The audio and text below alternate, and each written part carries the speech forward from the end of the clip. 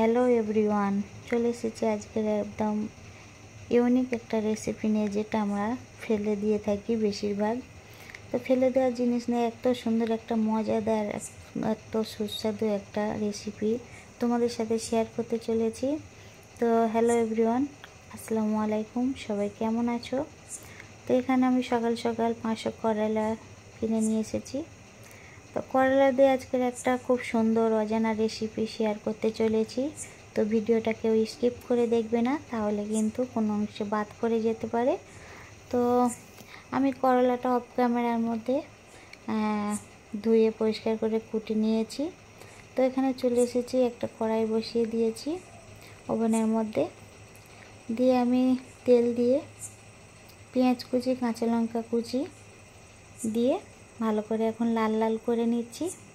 তো ভিডিওটা পুরো দেখতে থাকো, তাহলে বুঝতেই পারবে আমি করলা দিয়ে কি এমন ইউনিক রেসিপি করতে চলেছি। পেঁয়াজটাকে আমি এখন ভালো করে ভাজা ভাজা করে নেব, লাল লাল করে নেব। তো আমি ফেলে দেওয়ার জিনিসটা হচ্ছে মাছের তেল বা পোঁটা, যেটাই বলা হয় না কেন, সেটাকে আমি আজকের করলার সঙ্গে ভাজা ভাজা করে তোমাদের সঙ্গে শেয়ার করব। সেটা যে কত সুস্বাদু খেতে, যারা খেয়েছে তারাই একমাত্র জানে। আর যারা খায় না, তারা যদি একবার এইভাবে রান্না করে খায়, তাহলে কিন্তু আমি কথা দিচ্ছি কোনো দিন মাছের পোঁটা বা তেল ফেলবে না। যতবারই মাছ কিনবে কিন্তু এইভাবে করে খাওয়ার মন চাইবে। তো এখানে আমি একটা বড় সাইজের মাছের পোঁটা নিয়েছি। দিয়ে এটাকে আমি এখন পেঁয়াজের সঙ্গে লাল লাল করে ভাজা করে নেব। এই পোঁটাটা হচ্ছে কিনা পেঁয়াজের সাথে ভাজা ভাজা করতে গেলে পুরো তেল হয়ে যাবে। এটা চর্বি, তেল আর পোঁটা, এটা হচ্ছে কিনা পুরো একদম ভাজা ভাজা হয়ে যাবে, তেল বেরিয়ে যাবে, এটা কিছু থাকবে না। আর এত সুন্দর খেতে, এত মজাদার লোভনীয় খেতে, সেটা না খেলে মিস করবে। তো আমি এখানে দিয়ে দিয়েছি আদা আর রসুন বাটা। দিয়ে আমি আবার হচ্ছে কিনা তেলের মধ্যে দিয়ে ভালো করে ভাজা ভাজা করে নিচ্ছি। ওই যে মাছের চর্বিটা দিয়েছিলাম, মাছের চর্বি আর পোঁটাটা, সেটা কিন্তু পুরো গলে পুরো তেল হয়ে গেছে, আর কিছুই নেই। তো এখানে আমি দিয়ে দিচ্ছি হচ্ছে কিনা শুকনো মরিচ গুঁড়া, দিয়ে দিয়েছি হলুদ গুঁড়া, দিয়ে মশলার সঙ্গে আবার মশলাগুলোকে ভালো করে সুন্দর করে ভেজে নিচ্ছি, যাতে কাঁচা গন্ধটা না থাকে। আর এদিকে মাছের তেল আর পোঁটাটা ভালো করে যাতে ভাজা হয়ে যায়, তার একটা গন্ধ থাকে, সেটা পুরো সম্পূর্ণ চলে যাবে। এই রকম যদি নিয়মে করা যায়, তো আমি যেভাবে করছি, তো এখন ধনিয়ার গুঁড়ো আর জিরের গুঁড়োটা দিয়ে দিয়েছি। দিয়ে আবার খুন্তির সাহায্যে ভালো করে নাড়াচাড়া করে আবার কিন্তু আমি করলাটা দিয়ে দিয়েছি। করলাটা ভাজা ভাজা করে নিচ্ছি। করলাটা একটু নাড়াচাড়া করে নিয়ে আমি এখানে দিয়ে দেব আলু কুচি। আলু কুচিটা আমি এখানে এবারে দিয়ে ভালো করে এবার ভাজতে থাকতে হবে।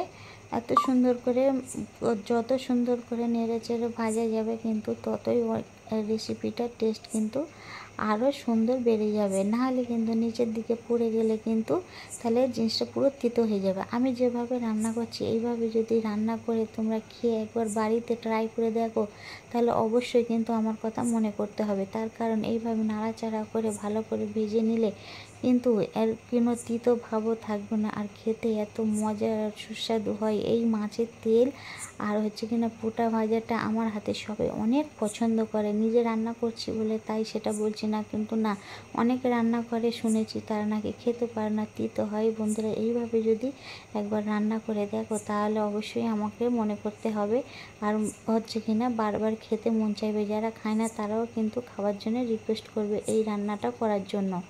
তো বন্ধুরা, দেখতে থাকো আমি কিভাবে নাড়াচাড়া করছি। অনবরত নাড়াচাড়া করতে হবে, কারণ নিচে হচ্ছে কিনা পুড়ে যেতে দিলে হবে না, তাহলে কিন্তু এর একটা তিতো ভাব চলে আসবে। এইভাবে সুন্দর করে ঝরঝরে করে শুকনো করে ভাজা ভাজা করে নিলে এক বাসন ভাতের সঙ্গে নিমিষে খাওয়া হয়ে যাবে। তো আমার এখানে অনেকটাই ভাজা হয়ে এসেছে, আর একটু বাকি আছে। আমার এখানে সব মশলা দেওয়া হয়ে গিয়েছে, কিন্তু আমার আর মশলা দেওয়ার কোনো বাকি নেই। তো আমি এখানে শুধু ভালো করে লাল লাল করে ভাজা করে নেব। তো অনবরত নাড়তে হবে বন্ধুরা। তো এই মাছের তেল আর পোঁটা দিয়ে এই করলা আলু ভাজি রান্না কে কে খেয়েছো অবশ্যই কমেন্টের মধ্যে জানাবার। যেসব নতুন বন্ধুরা আজকের আমার ভিডিওটা দেখতে দেখতে কন্টিনিউ করে শেষের দিকে চলে এসেছো, আর যদি কোনো অ্যাঙ্গেল থেকে আমার এই রেসিপিটা ভালো লাগে তাহলে কিন্তু অবশ্যই একটা লাইক দিয়ে চ্যানেলের পরিবারের সাথে থেকে যেতে পারো। আর যেসব পুরনো বন্ধুরা দেখছে তাদের কিন্তু অসংখ্য অসংখ্য ধন্যবাদ জানাই। তো যাই হোক, আমি এখানে একটু পানি অ্যাড করেছি। পানিটা অ্যাড করার কারণ হচ্ছে কিনা এটা পুরো একদম সুন্দর করে একদম একটু পুরো ভালো করে সিদ্ধ হয়ে যাবে, আর হচ্ছে কিনা পুরো গন্ধটাই চলে যাবে। পানিটা মরে গেলে একদম ভাজা ভাজা হয়ে যাবে।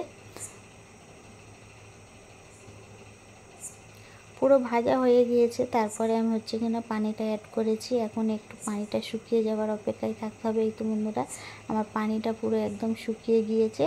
আর আমার এখানে হচ্ছে কিনা করলা আলু আর মাছের তেল পোঁটার সাথে রান্না করা আমার রেসিপিটা পুরো একদম রেডি হয়ে গিয়েছে। তো আমি হচ্ছে কিনা এবারে এখন নামিয়ে নেব। তো বাসায় এভাবে একবার ট্রাই করে দেখবে। তো আজকের ভিডিওটা এই পর্যন্ত। আর ভিডিওটা যদি ভালো লেগে থাকে তাহলে অবশ্যই যারা এখনও লাইক করোনি একটা লাইক করে দেবে, লাইক করতে ভুলবে না। তো পরবর্তী ভিডিও দেখার জন্য সবার আবার অনুরোধ রইল। আজকে এই পর্যন্ত। আল্লাহ হাফেজ, টাটা। সবাই ভালো থাকবে, সুস্থ থাকবে।